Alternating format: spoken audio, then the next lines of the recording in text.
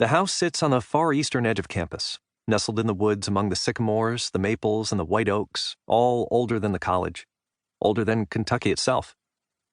To reach it by car, one must turn left off the main road that circles campus and onto Ezekiel Hyde Lane, a narrow, winding strip of asphalt that cuts through the trees, enters the clearing, and ends in the small parking lot on the side of Hyde House. On foot, the house can be reached by way of the numerous paths that cut through the trees and give the campus its natural beauty. I step out of my car and look back up the road I just traveled, and it's easy to believe the world doesn't exist, even though the rest of campus is just a third of a mile away. Standing on the Hyde House grounds can feel like standing in another century, which is exactly the way Ezekiel Hyde, the founder of the college and its first president, wanted it to stay. The sun is bright, and its rays hit the windows of Hyde House, reflecting the light, capturing the morning glow. Is it weird to say the sight of that house still lifts my spirits? It's 8:15, and I'm early, which is good. I want to be here before the students.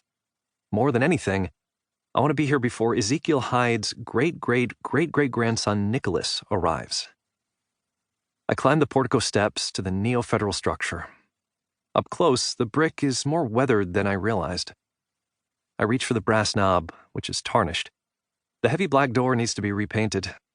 For years, the college's board of trustees has wanted to renovate the house, but the money is never there. The college has a list of projects that never get done.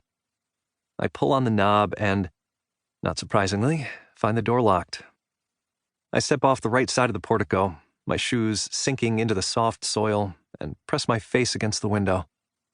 I've been in Hyde House many times for college events and know the layout well.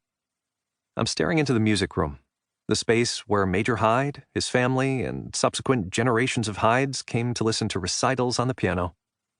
The piano, originally moved to the house by Major Hyde, fell into disrepair and was sold in the 1990s, but a music stand remains, along with a bust of Major Hyde's favorite composer, Wagner.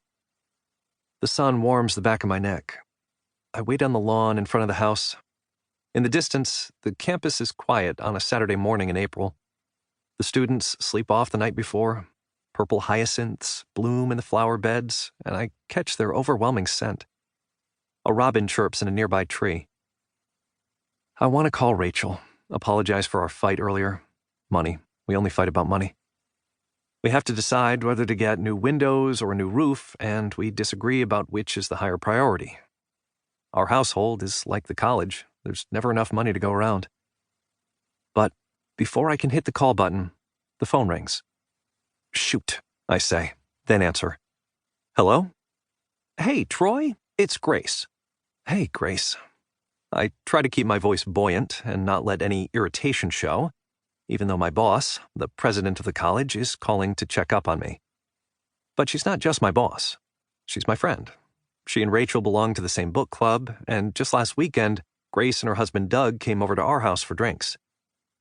How are you on this fine morning? Is he there? She asks.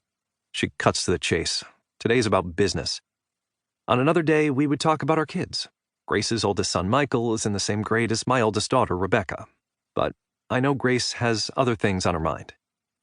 If by he you mean Nicholas Hyde, then no, he isn't here yet. No one is. Damn it. When did you talk to him last?